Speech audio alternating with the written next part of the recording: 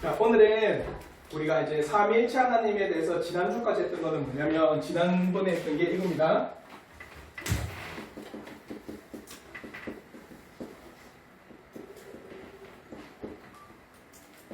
한마디로 삼위일체 하나님이라고 하는 이 용어를 사용하기에 합당하냐, 그에 대해서 나왔어요. 한마디로 삼위일체 하나님이라고 하는 이 용어는 어디에요?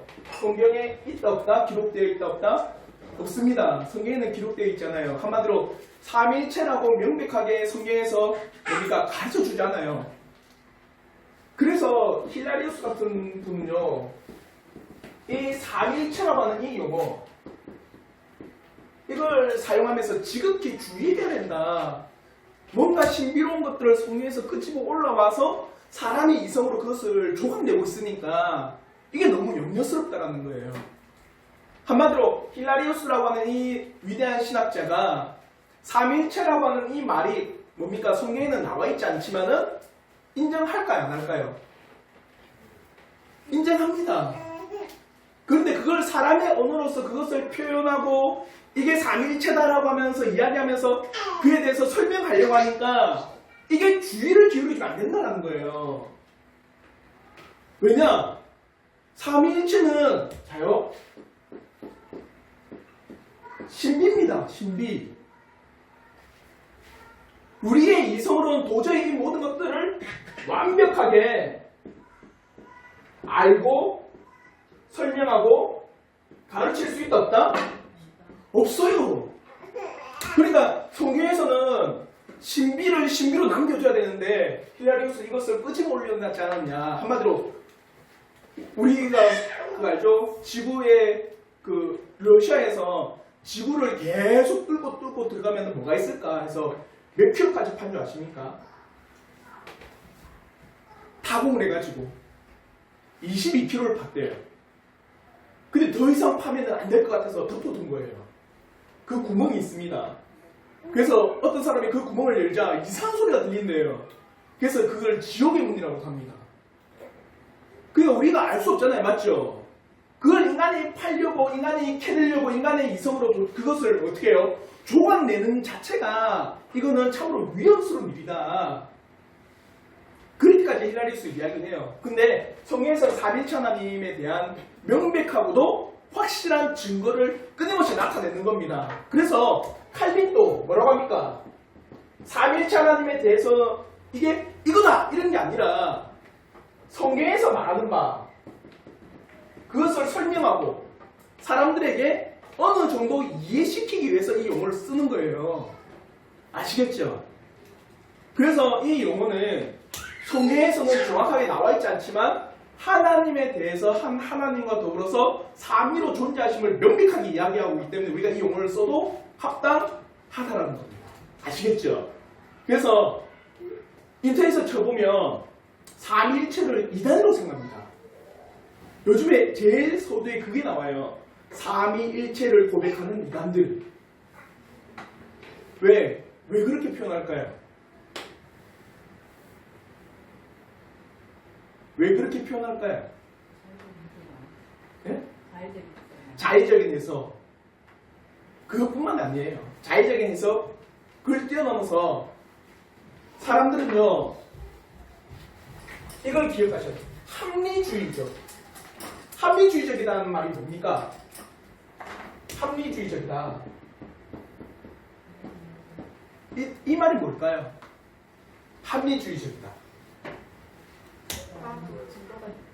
과학적으로 증거. 한마디로 과학적인 증거가 있다. 한마디로 과학적인 증거가 있다는 것은 어디에 부합한 거예요?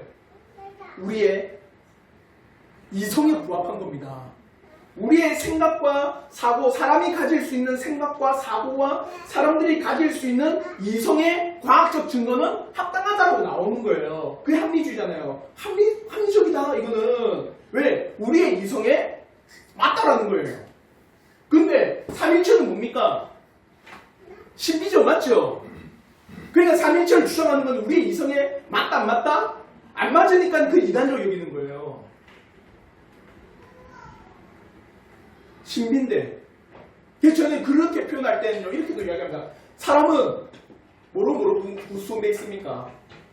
사람은 몸과 마음?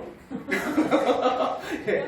그 마음을 성경에서는 혼이라고 합니다. 그래서 그 갈라디아서 2장 어디죠? 2장 20절인가? 한명구절인데 하나님의 말씀 살에서 좌의 날성과 같이 예리하여 우리의 사람의 골수를 찔러 쪼갠데 사람의 마음과 또 혼과 영과 육을 찔러 쪼갠다. 그 혼을 마음이라고 해요. 아시겠죠? 그래서 그 마음의 폐부를 살핀다. 마음을 찌른다. 왜요? 살아있는 하나님의 말씀이기 때문에. 그래서 몸과 영혼으로 구성되어 있습니다. 근데 모든 사람은 몸과 영혼으로 구성되어 있는데 생각해 보십시오. 여러분의 영혼이 여러분의 몸에 있는 거 인정하시죠? 이거는 모든 사람이 다 인정하는 겁니다. 교회를 다니든 교회를 다니지 않든 이건 다 인정해요. 왜요? 어떻게 할 수 있습니까? 어떻게 할 수 있어요? 명절 때 뭐 지냈습니까? 우리나라 사람들. 그렇죠. 차례 제사를 지냈습니다. 조상들에게. 조상들에 뭐가 있다는 거예요? 혼이 있다, 영혼이 있다. 이거는 교회를 다니든 다니지 않든 모든 사람은 혼, 영혼의 존재를 알고 있어요. 그러면 질문. 사람의 몸에 이 영혼이 어떻게 결합되어 있습니까? 아주 잘. 아주 잘. 어떻게 그걸 과학적으로 우리의 이성에 부합하게 설명할 수 있습니까? 나는 그걸 설명할 수 있다. 내 영혼에, 내 몸에 내 영혼이 깃들어 있는 거, 영혼이 있는 거 안다. 근데 우리의 몸에 어떻게 그게 결합되어 있고 연합되어 있는지 설명 가능하신 분? 신비입니다. 맞죠? 근데 우리는 인정할 수밖에 없어요. 삼일체도 신비입니다. 그 신비로운 것을 사람의 이성으로 파고드니까 어떻게 하는 거예요? 수많은 이단들이 나오는 거예요. 우리는 그래서 뭐의 기준에 부합해야 된다? 그렇죠. 우리는 성경이 말하는 대로 우리는 믿자. 그겁니다. 성경이 말하는 대로 우리는 삼일체를 가르쳐 주기 때문에 명백히 우리에게 이야기하고 있기 때문에 우리는 그에 대해서 받아들이고 믿음으로 고백을 한다. 그럼 오늘은 그럼 좋다. 이 삼위일체 하나님께서는 과연 어떻게 역사를 하시느냐, 한마디로 어떻게 이 땅의 섭리로서 그의 능력을 펼쳐나가시느냐 이거예요. 그래서 삼위 하나님의 구별성과 일체성, 그래서 16절부터 20절까지 칼빈은 삼위 하나님은 구별되어 있다. 그리고 한 하나님으로 일치되어 있다. 그걸 설명을 해주는 겁니다. 그러면서 16절에서 뭐라느냐, 삼위 하나님의 일체성, 어떻게 이 일체를 나타내느냐, 어떻게 중요하냐. 그래서 칼빈은 뭘 예로 드느냐, 세례와 믿음을 예를 들어요. 하나님이 신이라는 존재가 한 분이라는 사실을 어떻게 우리에게 설명하냐면 세례와 믿음에 대해서 이야기합니다. 세례는 뭘로 받습니까? 세례는 믿음으로, 맞죠? 세례는 내가 무언가를 믿기 때문에 세례를 받습니다. 다른 말로 해서 로마 카톨릭에서는 내가 그것을 믿으면 영세를 받죠. 불교에서는 똑같아요. 그렇게 하는 의식들이 있습니다. 한마디로 내가 무언가 믿기 때문에, 그러면 여기서 신이 한 분이 아니고 여러 신이다. 그러면 믿음은 어떻게 될까요? 여러 믿음입니다.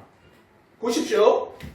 그리스 로마 시대 태양, 맞죠? 달의 신, 사랑, 전쟁, 이 모든 신이 달라요. 그러니까 이 사람들은 각각에 대한 믿음을 가져야 됩니다. 무슨 말인지 알겠죠? 그러니까 그리스 지역에는요 뭐가 많습니까? 신전이 많아요. 신전이. 왜 신전이 많을까요? 그래서 신이 많으니까. 한 신전에서 그냥 전체로 다 들어야 되는데 한 분이라면 신전이 다르기 때문에 뭐가 다를까요? 제사의식이 다른 거예요. 이해가 되시죠? 그게 칼빈은 만약에 여러분의 믿음이 여러 믿음이다. 하나님이 여러분이라면, 여러 명이라면, 여러 존재라면 여러분의 믿음도 여러 믿음이 돼야 되는데 한 믿음을 하지 않는다. 그 한 믿음 가운데 한 세례를 받는 거예요. 그러니 한 믿음 가운데 한 세례를 받으니 하나님도 몇 분이다? 한 분이다.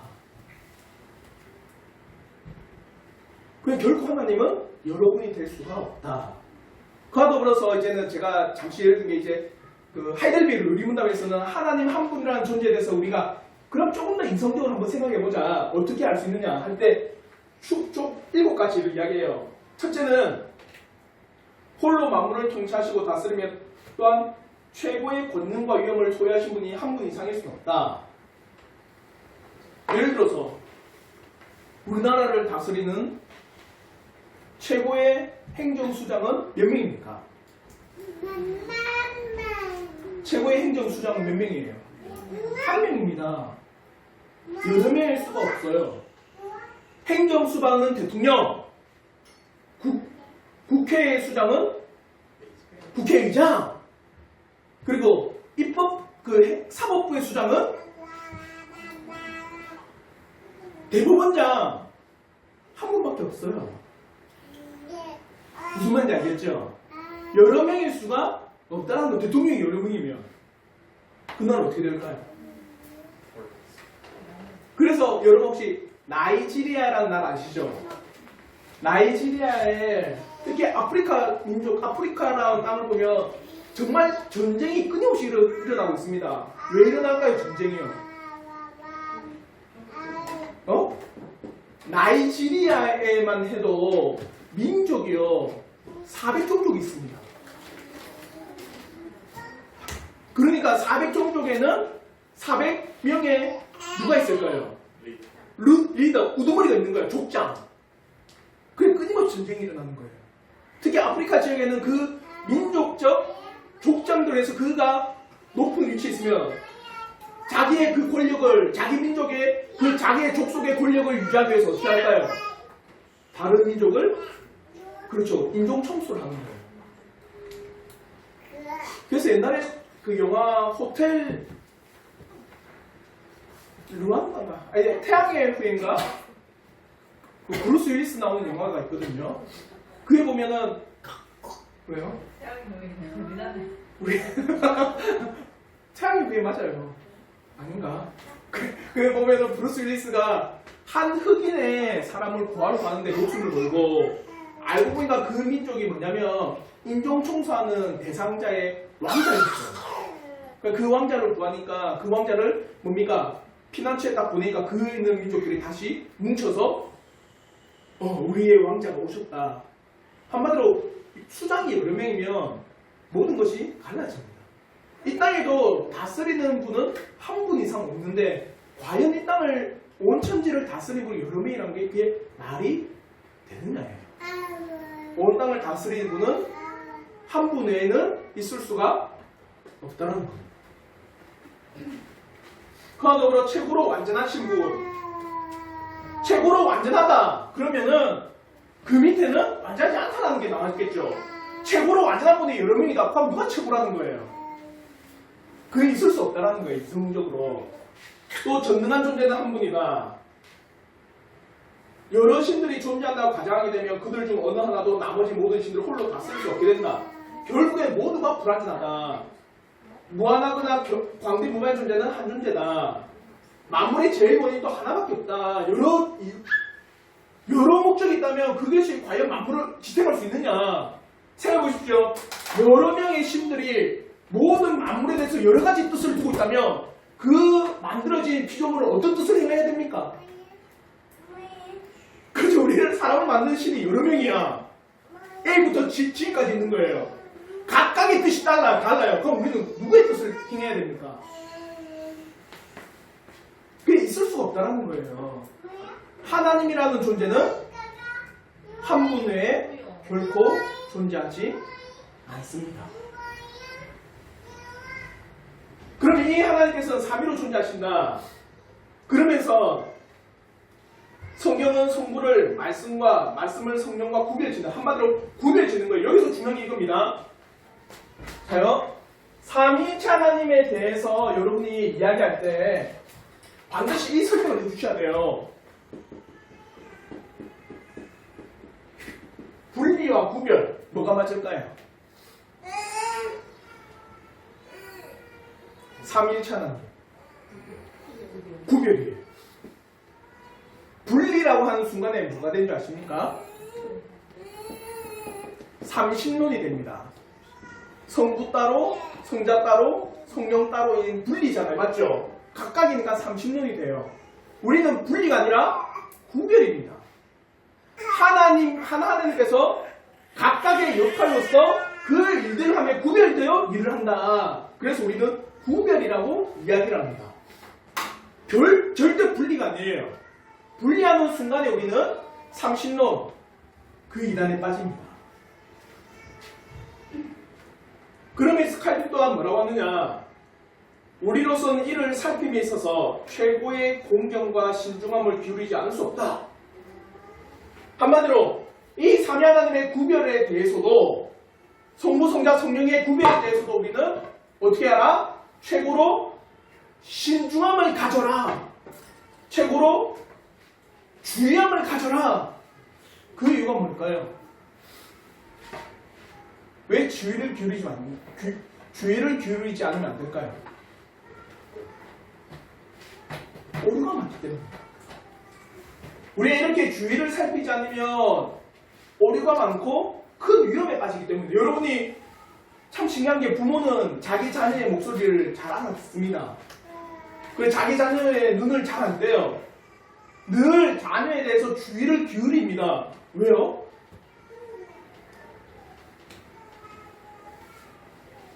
자녀가 위험에 처할 수 있기 때문에. 우리 늘 주의를 기울이고 그 자녀의 세심한 배려를 합니다.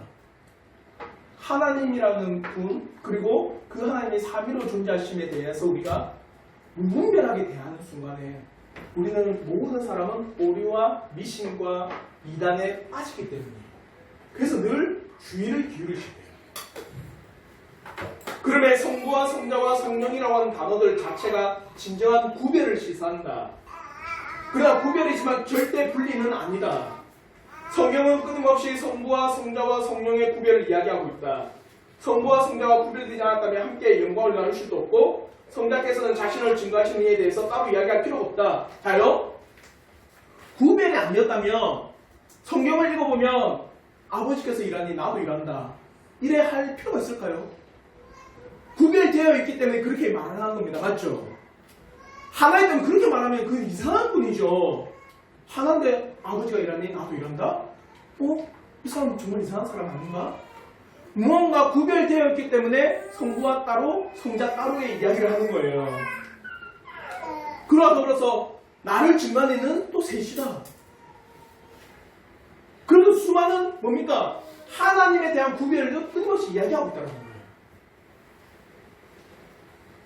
더 나아가 이 땅에 강림하신 것도 성부가 아닌 성자이셨고 십자를 지신 것도 성부가 아닌 성자께서 십자를 지시고 죽으시고 다시 살아나셨다.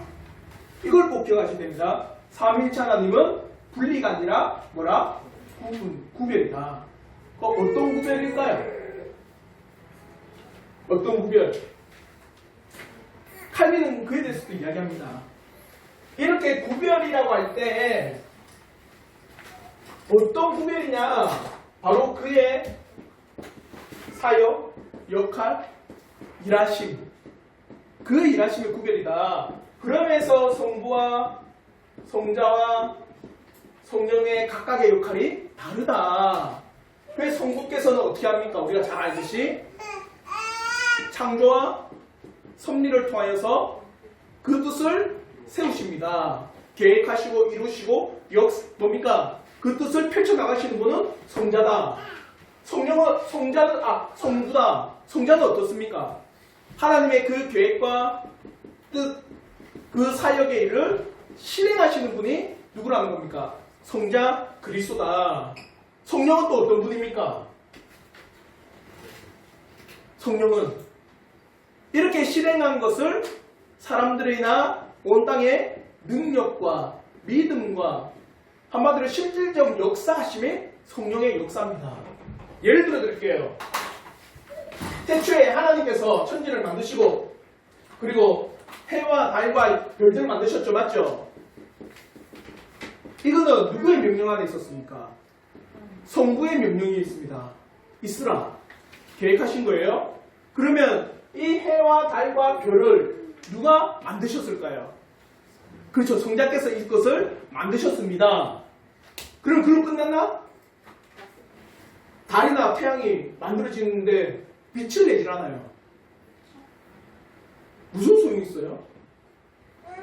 한마디로 해와 달과 별을 만들었지만 그것이 뭡니까? 능력의 빛을 발하고 움직이고 모든 운행되는 일들을 해나가는 거 누가 하셨다? 성령께서 하셨다.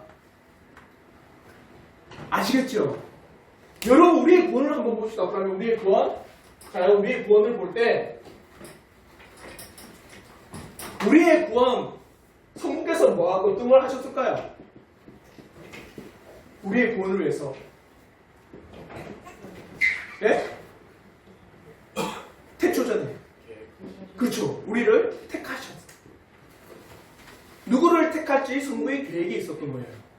그 택하신 자를 위해서 성자께서 뭐 하셨습니까? 십자가를 지시고 죽으시고 부활하시고 하나님 우편에 앉아 계셨다. 한마디 이 땅에 육신의 몸을 입고 이게 성자께서 하신 일입니다. 그럼 성령은 뭐 하셨습니까? 우리를 어떻게 하셨을까요? 깨닫게 하시고 깨닫게 하신 걸 또 믿게 해주시고 믿음을 주신 거예요. 성령께서 우리에게 참된 진리에 대한 깨달음을 주시고 그 깨달음 가운데 우리에게 믿음을 허락하셔서 우리가 예수를 나의 구주로 믿고 고백하는 거예요. 만약에 이 가운데 하나도 없다. 성부의 택하심이 없다면 성자 그리스도의 죽음은 우리에게 무의미한 겁니다. 무슨 말인지 알겠죠? 성부의 택하심이 있었기 때문에 성자 예수 그리스도의 십자가의 죽으심이 우리에게 유효한 죽음이 될 거예요. 이해가 됩니까? 그럼 성부의 택하심이 있는데 성자께서 그걸 안 하셨다. 그럼 우리는 지금 또 뭐 해야 될까요? 한마디로 성부의 택하심이 있었지만 아직까지 성자가 이 땅에 오시지 않고 십자가 안 주셨다. 아직 우리는 어떻게 해야 될까요? 그저 기다리고 인내로서 오실 메시아를 끊임없이 갈망하고 있어야 돼요. 근데 다 하셔서 성령께서 우리에게 뭡니까? 이 믿음을 안 주셨다. 우리는 어떨까요? 자신의 죄를 고백할까요? 예수 그리스도의 십자가를 깨닫고 그분 앞에 나갈까요? 아무도 안 나갑니다. 그러니까 성령께서 우리에게 믿음을 주시고 깨닫게 해주시고 회개케 하시고 돌이키게 하시는 거예요. 그러니까 성부, 성자, 성령의 이 놀라운 사역, 이 구별이 없었다면 우리의 모든 구원은 다 헛된 것입니다. 우리 오늘 찬양 불렀던 시편 8편 이걸 우리의 구원에 한번 적용해 보십시오. 사람이 무엇이간데 삼위 하나님께서 우리의 놀라운 구원을 이루어 나가십니까? 아니 사람이 무엇이간데 성부, 성자, 성령께서 이렇게 뜻을 세우시고 뜻을 이루시며 그 뜻을 우리에게 깨닫게 준비케 해주셨습니까? 결코 그것은 우리의 고백, 우리의 지식과 우리 스스로가 믿을 수 있는 고백이 아니라는 거예요. 삼위 하나님은요, 그의 역할과 그의 행하신 일들과 그의 하시는 역사에 구별된 겁니다. 아시겠죠? 그의 삼위 하나님의 놀라우신 작용입니다. 그러면 이 페이지에 보면 나머지 쭉 한번 읽어보시고 19절에는 그러면 각각의 역할에 침범이 있느냐? 합의는 뭐라냐? 성부, 성자, 성령, 상호의 연합이다. 위대한 연합이에요. 그래서 보십시오. 성부, 성자, 성령께서는 한 하나님 안에 연합된 이걸 우리는요 어디로? 모든 성경에서는요 교훈으로서 교회에 주어집니다. 교회가 그러니까 이 삼위 하나님의 연합을 본받아 뭐가 연합되어 있습니까? 직분이 연합되어 있고 성도가 연합되어 있는 거예요. 이해가 되죠? 삼위 하나님의 연합된 모습을 통하여서 교회 또한 목사와 장로와 집사의 연합, 이게 각각의 그 역할의 구분이잖아요. 각각의 역할을 해나가는 겁니다. 장로가 목사의 일들을 침범하지 않고 목사도 장로의 일을 침범하지 않고 집사가 장로의 일을 침범하지 않고 목사가 집사의 역할을 침범하지 않는 연합이에요. 그게 삼위일체 하나님의 연합으로 되어 있다. 그 칼빈은요, 성부, 성자, 성령은 어떻게 해요? 한 하나님 안에서 구별되어 있지만 하나로 연합되어 있다. 이렇게 이야기합니다.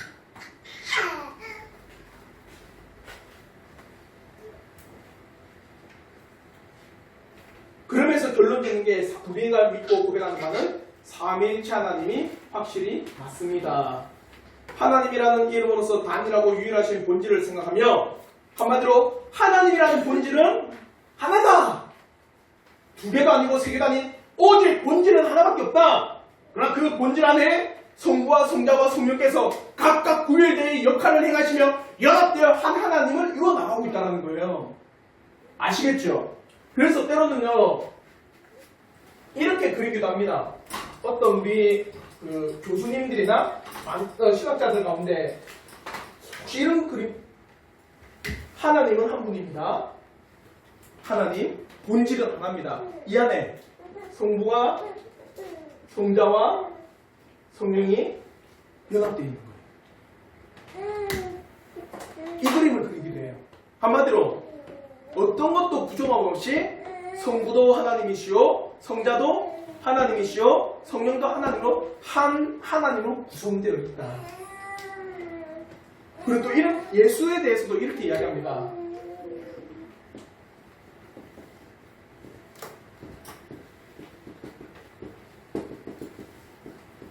인성과 신성이 제2위격 안에서 서로 연합되어 있다.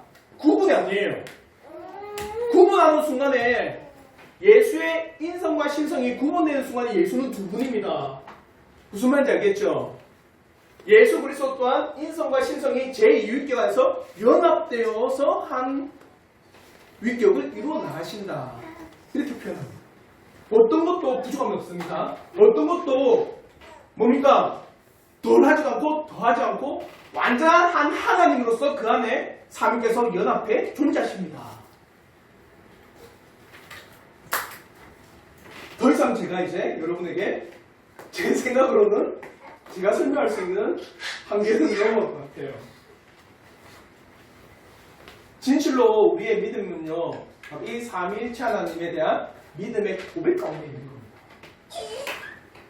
이거는 놀라운 신비고 사람의 인성으로는 도저히 다 완벽하게 파악할 수 없지만 어디에 우리의 근거를 두고 있다? 성경에서 근거를 두고 성경에서 우리에게 말하는 바이기 때문에 우리는 삼위일체 하나님을 믿고 고백하며 따릅니다. 그 하나님은 한 분이시오. 삼위께서 그 하나님으로 이루어 나가시며 각각의 역할에 따라서 구별되어 있으며 연합되어 하나님으로 존재하십니다. 이게 우리의 믿음의 고백입니다. 분리를 취하면 이단입니다. 각각의 뭡니까? 존재로서의 분리를 하면 그는 상실은 이단입니다. 그와 더불어서 하나님이 어떻게 해요? 각각의 역할에 따라서 이름만 바뀌었다라고 하는 것도 이단입니다. 그걸 뭐라 합니까? 양표론이라잖아요. 양표론. 한마디로 모양이 바뀌었다라는 거예요. 그것도 이단입니다. 그러면 우리의 믿음의 고백은 이 삼위일체 하나님의 믿음의 고백이 되기를 진심으로 바랍니다. 그러면 칼빈은 이런 삼위일체를 반대하는 이단들에 대해서도 이야기해요. 그게 기준도 둡니다. 하나님의 본질에 관한 논의의 모든 기준은 바로 뭐다? 성경이어야 된다. 그러나 사탄은 늘 이러한 믿음의 고백을 반대하며 여러 가지 이성과 사람들의 사고의 오류를 가지고 삼위일체 하나님에 대해서 끊임없이 공격하고 끊임없이 끊임없이 이 삼일체 하나님에 대해서 끊임없이 어떻게 합니까? 믿지 못하도록 방해하는 게 사탄이다. 그 어떤 존재들이 있느냐? 9페이지 이제 마지막 3페이지 보시면 힐라리우스, 우리 한번 힐라리우스 이 말을 우리 한번 다 같이 한번 읽어보도록 할게요. 봉인도 읽어볼까? 자, 힐라리우스 말 우리 한번 다 같이 읽겠습니다. 한번 시작. 하나님께서 친히 우리에게 계시하시는 대로 그를 생각하며 오직 그의 말씀만을 근거로 해서 그에 대하여 탐구한다면 그것이 바로 그 지식을 하나님 자신께 맡기는 것이 될 것이다. 자, 정말 좋은 말입니다. 보십시오. 내가 하나님을 따른다. 내가 하나님 앞에 내가 나의 모든 것을 맡긴다. 한마디로 내가 하나님을 따릅니다. 내가 하나님께 모든 것을 전적으로 맡깁니다. 이 말에 대해서 힐라리우스는요, 뭐로 이야기하는 줄 아세요? 성경을 이야기합니다. 성경을 이야기해요. 오늘날 보십시오. 많은 교회에서 저는 하나님을 따릅니다면 거의 대부분 어떻게 하는 줄 아세요? 하나님을 전적으로 맡기십시오. 하나님을 전적으로 이해해야 됩니다. 그렇게 하면서 어떻게 하는 줄 아세요? 성경보다는 하나님의 음성을 들어야 되고 하나님의 목소리를 들어서 내가 어떻게 나가야 될 바를 알아야겠다. 거의 대부분이 그러고 있어요. 근데 우리의 역사적 믿음의 신앙 고백 안에서는요, 하나님을 우리가 전적으로 신뢰합니다. 하나님을 전적으로 따릅니다. 하나님을 전적으로 뭡니까? 내 모든 것을 맡기면 나갑니다. 그럴 때 뭐라냐? 하나님의 말씀의 기준으로 내가 나가는 거예요. 그게 바로 하나님 앞에 내가 전적으로 나를 맡긴다는 의미입니다. 그러니까 힐라리우스도 오직 그의 말씀만을 근거로 해서 그에 대하여 탐구하며 그것이 바로 그 지식을 하나님께 자신께 맡기는 모든 것이다. 말씀에 따라서 탐구하고 말씀에 따라서 내가 연구하며 말씀에 따라서 내가 알 때 그것이 바로 자신이 누구에게 맡겨지는 거다? 하나님 앞에 맡겨지는 거다. 이렇게 이야기하는 겁니다. 완전히 틀린 거예요. 오늘날 전적으로 내가 하나님을 따릅니다라며 거의 대부분 심리적인 이야기를 참 많이 합니다. 그리고 두루뭉술해요 다들. 뭐가 하나님을 따르는 거지? 근데 우리는 명확합니다. 뭘 따르는 거다? 오직 하나님의 말씀인 성경을 따라가는 게 하나님을 따라가는 겁니다. 아시겠죠? 그러면 이런 삼일체를 부인했던 이단은 뭐냐? 세르베투스 이단이라는 사람이 있습니다. 이 세르베투스는 칼빈의 신학자들과 다르겠지만 칼빈의 오점 중에 하나라고도 이야기해요. 왜 그럴까요? 여러분 인터넷 쳐보면 칼빈을 포악하고 그리고 냉혈한이며 바늘로 찔러도 피 한 방울 안 나올 것 같은 아주 철저히 냉철한 인간으로 여기는 그 사건 중 하나가 세르베투스 사건이에요. 뭔지 아시나요? 세르베투스가 삼위일체 하나님을 부인합니다. 그리고 제네바에서 잡혀요. 그 당시에는 삼위일체를 부인하는 이단에게 처해지는 형벌이 있습니다. 뭔지 아세요? 화형이에요, 화형. 그래서 세르베투스가 화형대에 올라갑니다. 칼빈이 그 당시에 제네바에 어떤 존재였어요? 목사로서 제네바시를 하나님의 말씀으로 다스리고 있었던 존재잖아요. 근데 세르베투스가 화형을 처함에 있어서 찬성을 한다는 거죠. 화형은 인간이 가질 수 있는 모든 가장 극심한 고통 중 하나의 죽음이거든요. 그래서 화형이 아닌 교수형을 처하는 게 더 인간적이지 않았느냐. 근데 칼빈은 세르베투스를 화형시키면 말미암아 그가 가졌던 교리에 철저히 위배되는 존재에 대해서 어떻게 했다? 칼빈은 정지하고 그들을 밀어내고 그들을 어떻게 했다? 제거했다. 그래서 많은 사람이 칼빈을 이 사건 때문에 끊임없는 냉철한이고 교리주의자면 그렇게 이야기합니다. 근데 역사적 기록에 보면 칼빈이 세르베투스에 대해서 그 화형에 대해서 뭘 하는지 아세요? 몇 번이나 찾아가서 삼일체에 대한 당신의 잘못된 주장을 굽히십시오. 삼위일체에 대해서 당신이 그 이단적인 사상을 철회한다면 이 죽음 앞에, 이 사형대 앞에서 당신을 내가 어떻게 해요? 꺼내드리겠습니다. 근데 끊임없이 세르베투스는 자신의 이 삼위일체 이단에 대해서요 부인합니다. 아니다. 근데 이거는 제네바시에 잡히기 전에도 이미 어떻게 된 줄 아세요? 로마 가톨릭에 잡혀서 화형대에 처하게 됐어요. 그리고 피신온 데가 어디입니까? 제네바입니다. 그러니까 칼빈이 안 잡아도 세르베투스는 어디에 잡혀서 화형대에 올라간다? 로마 가톨릭에 잡혀서 화형대에 올라가게 돼 있었어요. 끊임없이 칼빈은 세르베투스에 대해서 돌이키도록 하고 끊임없이 그에게 다가가서 그것만은 피할 수 있도록 끊임없이 권변을 했는데도 불구하고 끝내 굽히지 않았던 게 누굽니까? 세르베투스였어요. 그게 결국은 화형에 처해진 걸 가지고 칼빈은 그 화형에 처했다면서 칼빈은 아주 냉철한 사람, 못된 사람으로 표시하는 신학자들이 거의 많아요.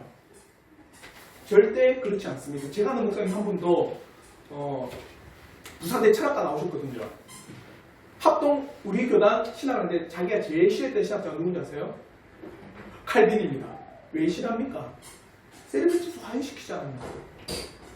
어떻게 사람을 화형시키는데 찬성할 수 있는 위대한 종교적 신학자고 위대한 지도자면 그렇게 하면 안 된다.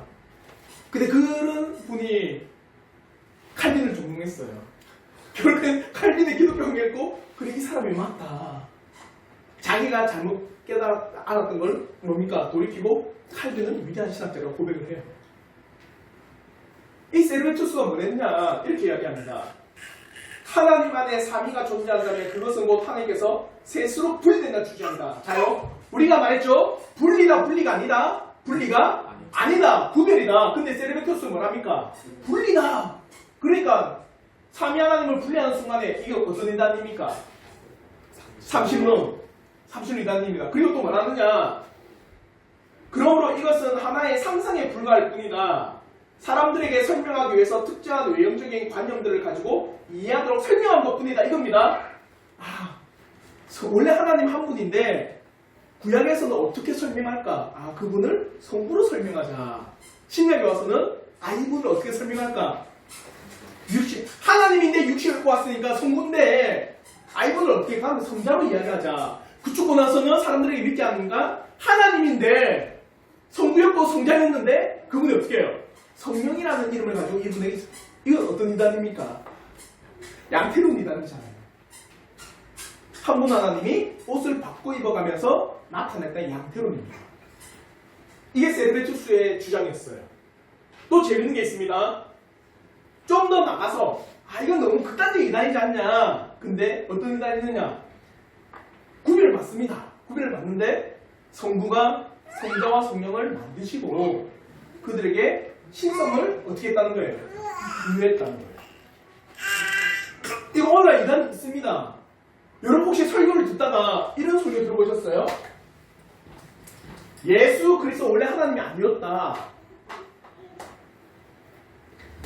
예수께서는 원래 하나님이 아니셨는데 그가 수많은 뭡니까? 시험과 사탄의 시험을 받았잖아요. 맞죠? 수많은 고행이라 합시다. 고행을 통해서 자신이 하나님인 걸 깨달았다는 거예요. 그 깨닫는 순간에 뭐가 부여졌다? 신성이 부어졌다는 겁니다. 이렇게 주장하는 사람 많습니다. 한마디로 세르베투스 이단은 삼신론이니까 우리가 삼신론 가지 말자. 근데 그걸 어떻게 만들었냐면 성부께서 성자와 성령을 만드신 후에 그들에게 신성을 부여하여서 그들이 하나님이 되신 것이다. 이단입니다. 왜 이단일까요?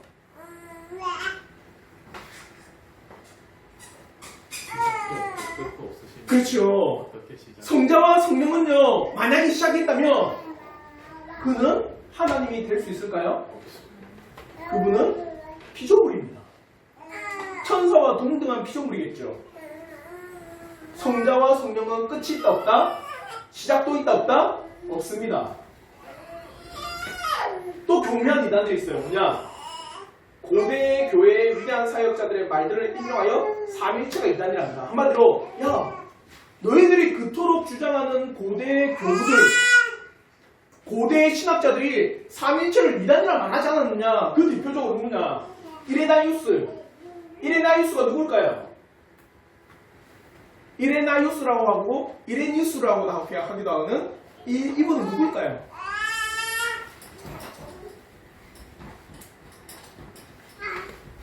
교부. 그 고대 교부가 삼일체를 거부했다고 합니다. 근데 뭐라느냐? 그리스도와 사도들이 높이시는 이스라엘 하나님이라 주장합니다.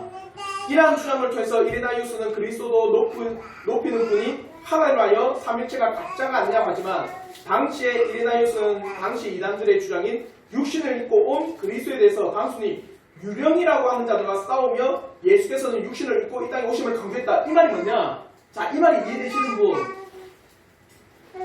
이 말이 왜 삼일체의 이단이지? 왜 이 이레나이우스 교부라는 이분은 삼일체라는 것을 반박한 걸 그 근거로 삼지? 왜 그럴까요? 자요. 이레나이우스가 주장한 것은 예수 그리스도와 사도들이 누굴 높였어요? 하나님을 높였습니다. 맞죠? 그러니까 사도와 예수는 동급이라 본 거예요. 누가? 이레나이우스가 이렇게 주장을 한 겁니다. 바로 예수도 하나님을 높였고 사도도 높였으니까 이 예수라는 분은 하나님이다 아니다? 하나님이 아니다. 그래서 이레나이우스 이런 주장을 가지고 삼위일체를 반박합니다. 반대합니다. 너희들이 그렇게 믿는 교부들의 신학을 봐라. 삼위일체를 거부하지 않느냐? 근데 이레나이우스는 이렇게 말한 이유가 있어요. 뭐냐?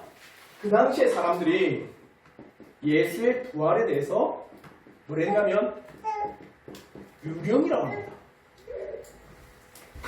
유령처럼 보였다는 거예요. 근데 그걸 설명하기 위해서 아니다. 예수는 부활한 그 육신을 입고 그대로 우리에게 보여주셨다. 왜? 그가 하나님을 높였고 그가 먹었고 무슨 말인지 알겠죠? 그냥 그 당시에 특정한 일들을 위해서 설명하는 겁니다. 근데 이걸 가지고 삼일체를 거부했다고 하니까 뻔히 궁금한 거죠. 칼빈은 뒤에 가서 뭐라느냐면 뒤에 있는 글을 읽어보라. 이레나이우스처럼 삼일체를 더 주장한 사람은 한 사람도 못 봤다는 겁니다. 그 글만 딱 떼서 무슨 말인지 알겠죠? 전체 문맥은 보지 않고 그 문장만 보고는 이단이라고 이야기한 겁니다. 무슨 말인지 알겠죠? 이해가 가? 한마디로 우리가 전체 글을 이해하기 위해서는 전체 글을 봐야 됩니다. 그 하나만 딱 떼서는 그게 전체를 말하는 것도 아니고 그 한 문장을 딱 떼서는 전체 글을 파악할 수 있는 게 아니라는 거예요. 근데 그 당시에 이 삼일체를 반대하는 사람들은 이레나이우스의 이런 주장을 통해서 삼일체는 가짜라고 이야기합니다. 자, 여기서 중요한 게 있어요. 보십시오. 많은 사람들이 신학이나 잘못된 사상에 대해서 누굴 끄집어옵니까? 사도들이나 교부들이나 개혁자들이나 수많은 높으신 분들을 뭡니까? 자기가 채용해서 반박하고 있는 겁니다. 왜 그럴까요? 제가 그 질문을 달았잖아요. 왜 그럴까?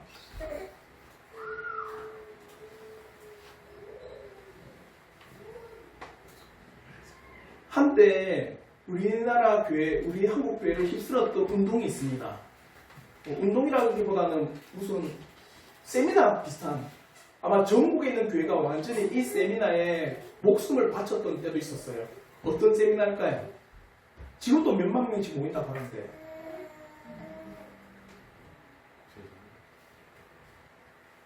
사직동에 있는 교회, 풍성한 교회 사는 두날개 들어보셨어요? 두날개?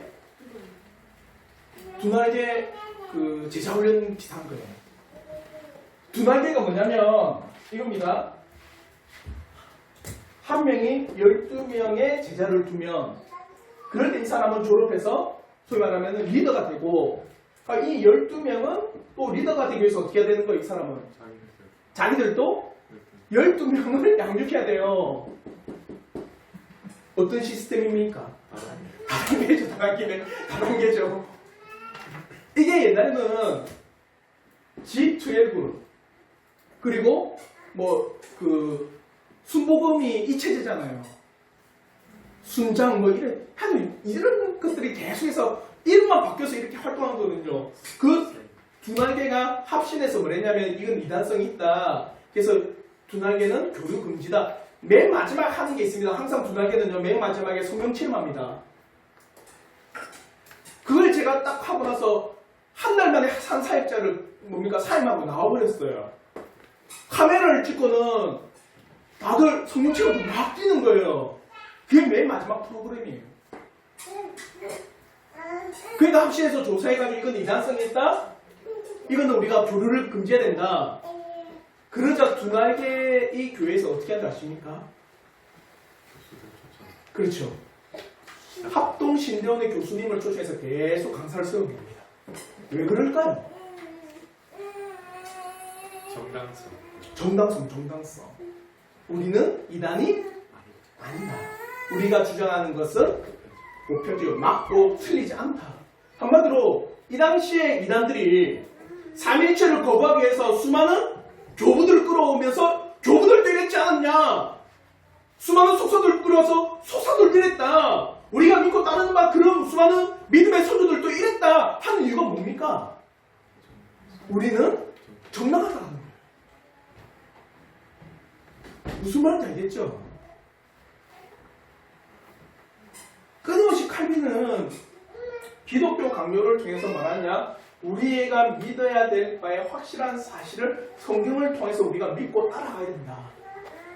다른 말로 해서 우리는 이렇게도 생각해야 됩니다. 아무리 그가 교부가 한 말이라 할지라도 우리는 그에 대해서 어디의 기준을 보고 성경의 기준을 보고 그것을 판단하고 그에 대해서 살펴보고 구별하고 분별하고 우리는 나가야 된다.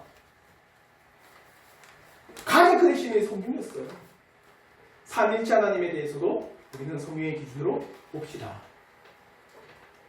사랑하는 성도 여러분, 기독교 강의에서 성경 삼일체 하나님은요 총 1절부터 29절까지 좀 분량이 많아요. 분량이 많다는 건 뭘까요? 제일 중요하다는 거죠. 제일 분량이 많은 게 뭔지 아십니까? 기독교 강의에서 제일 분량이 많은 거.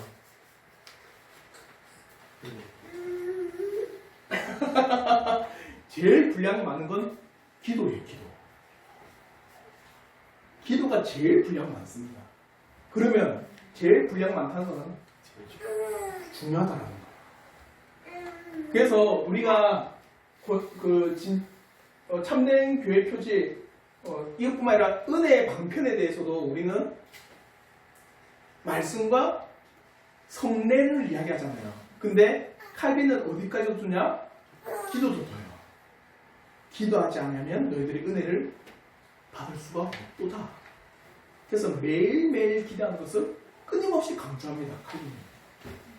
그래서 기도에 대한 부분을 정말 제일 많이 둡니다.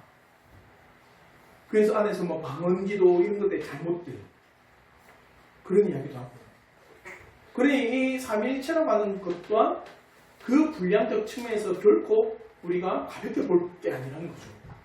그리고 성경에서 제일 먼저 가르쳐 주는 걸 삼위일체로 이야기한다는 것은 우리의 믿음의 기초가 어디에 있어야 된다는 거예요? 성경에 삼위일체 있어야 된다는 거예요. 그 믿음의 기초에 있지 않으면 우리는 끊임없이 잘못된 사상에 휩쓸려 들어가는 거예요. 삼위일체 하나님의 기준으로서 어떻게 해요? 우리의 구원을 보고 삼위일체 하나님을 통해서 우리의 삶의 모든 길들을 뭡니까? 살펴보는 거예요. 그러니까 기도에도 마찬가지죠. 제가 그 가정 나눔에 줬을 건데 삼위일체를 깨닫게 될 때 우리에게 주어지는 기도 및 신앙의 유익은 무엇이냐? 뭐가 있을까요? 삼위일체 하나님을 깨달았다. 기도의 유익은 뭘까요? 기도의 유익 뭐가 있을까요? 단순한 기도가 되지 않습니다. 존 오웬은요, 삼일체 하나님을 통해서 그걸 깨닫고 난 후에 그의 기도가 바뀌었어요. 그의 기도가 너무나도 뭡니까? 깊은 기도가 됐다는 겁니다. 어떻게 했냐면, 성부 하나님의 그 사역의 구별은 뭐였습니까? 성부 하나님은 계획하시고, 뜻을 세우시고, 뜻을 선포하시는 분이 성부다. 그러면, 내가 기도하는데, 내 삶의 뜻은 누가 세우시는 거예요? 누가 이끄시는 겁니까? 성부께서 이끄시는 거예요.